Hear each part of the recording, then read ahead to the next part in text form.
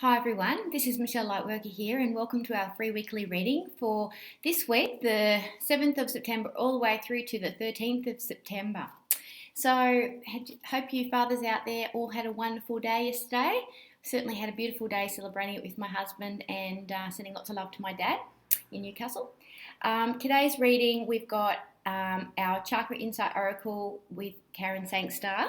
We have our Crystal Ally cards by Nasha Ashian, and apologies if I got that wrong, Nasha, Ian White's Australian Bushflower Remedies and Doreen Virtue's Daily Guidance deck that just fell apart.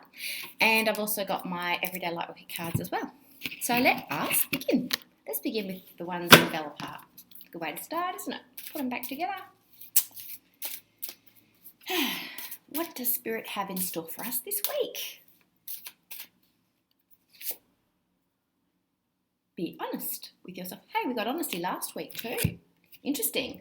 Look into your heart and you will know the truth of this situation. It is safe to admit the truth to yourself, for we will support and guide you through any necessary changes.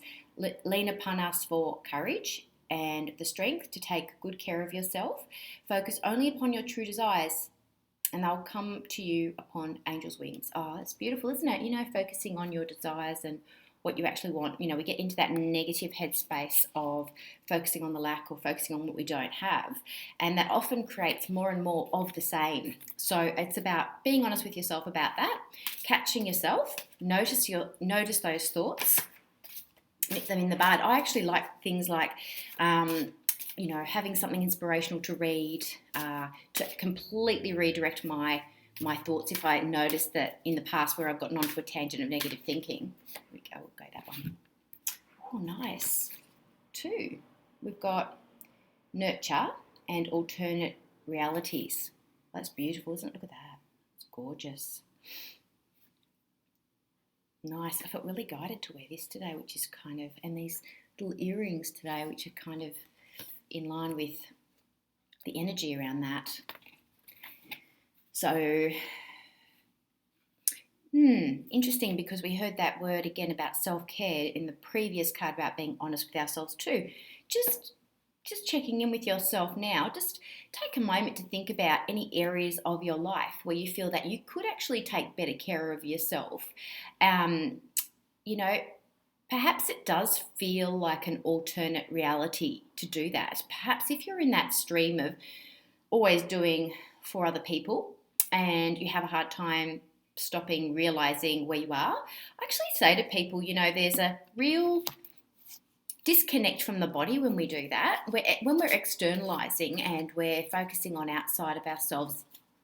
And I like, the term of being in service rather than of service. How can I be more in service rather than of service? Or it's the other way around. I can't remember. But the actual translation is not doing things because I can. It's more when I'm guided to do things for others, because you're coming more from the higher self, which is anchored in the body.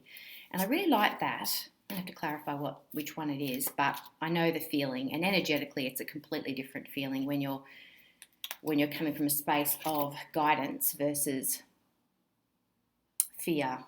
Fear.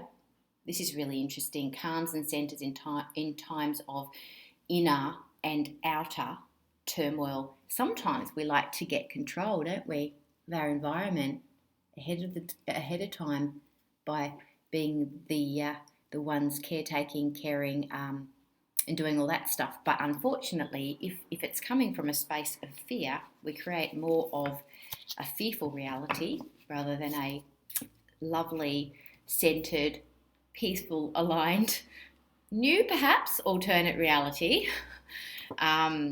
Let's go to our oracle, our chakras. Okay, I'll just let that one flip down there. Interesting. Responsibilities, self-discipline, empowerment, reliability, and fulfillment. It's funny because when we're actually taking or being over responsible and doing things outside of our boundaries, like for everybody else, because we think we're being so caring. Sometimes we don't realize just how much we're actually holding, and it's stuff that we actually shouldn't be holding either, because it's making us sick. If we're holding other people's energy and their job and what they need to do, it's actually making not only us sick, but it's prolonging their learning. Oh, that's interesting. I was just thinking last week I taped, I might just go that one. I taped a show with Soul TV on guilt-free guidance, and it's going to be playing this week, I'm pretty sure on Wednesday. Empowerment. There we go. If you want to have a look at what empowerment really means, and we're talking solar plexus, just for those of you who aren't familiar with these chakra cards, the yellow around the edge there is aligned with our solar plexus down here, which is just under our ribs, relates to our liver and our gallbladder and our upper small intestine, and it helps us to actually feel empowered and not disempowered when we're actually looking for false empowerment, looking for that validation outside of ourselves, and looking for the feel goods of caring for other people. We're actually doing it from a fear-based perspective, and that can lead to caretaking addictions, that can lead to burnout, that can lead to martyrdom, resentment, very angry liver, congested gallbladder, issues with not taking care of ourselves properly, which then affects our sacral chakra, which is a bit lower down, that one just underneath it, which then also feeds into our stomach and IBS disorders. So they are all, it usually starts with that emotional stuff. I want validation, I want good strokes, or I was born with a caring nature, and that's my go-to. My go-to is I caretake for other people, and that's all I know. So what we're looking at here is really about looking at how we can take better care of us, not everybody else, and live in a different reality, which for me it feels less fear-based.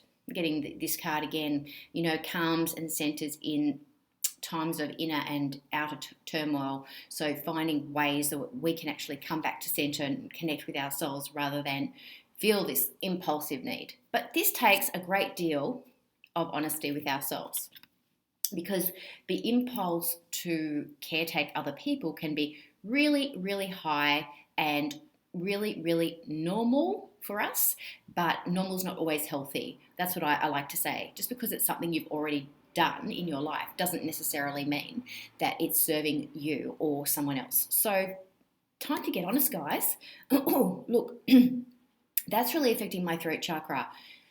Okay, so I'm getting some guidance to focus on the upper chakras now, because I've actually focused on the lower chakras. But what happens is we have a problem with being able to actually speak our truth. When we're feeling disempowered, it's like someone's got us by the throat and we cannot speak up. And, it's like a debilitating condition, because we want to be able to, when we need to, be able to say no.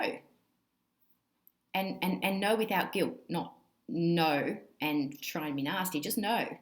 I'm sorry, I can't do that for you today. No, I need to take care of myself today. Or no, I don't feel guided to help you today. Being real about that, that level of honesty actually starts to encourage honesty in our relationships. So put yourself first.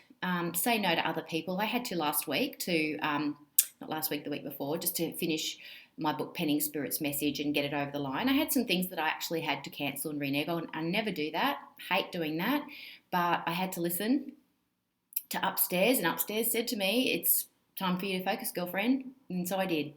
And yes, they do call me girlfriend sometimes. It's one of those things where we need to really be honest about where we are assigning our value and where we are assigning our time. And just remember that you're not here for no reason. You're here for a reason. And you need to remember that and be honest with yourself around that and devote time to that, because no one else will. This is your business, your responsibility, okay? That's what you're responsible for, numero uno, and your purpose here.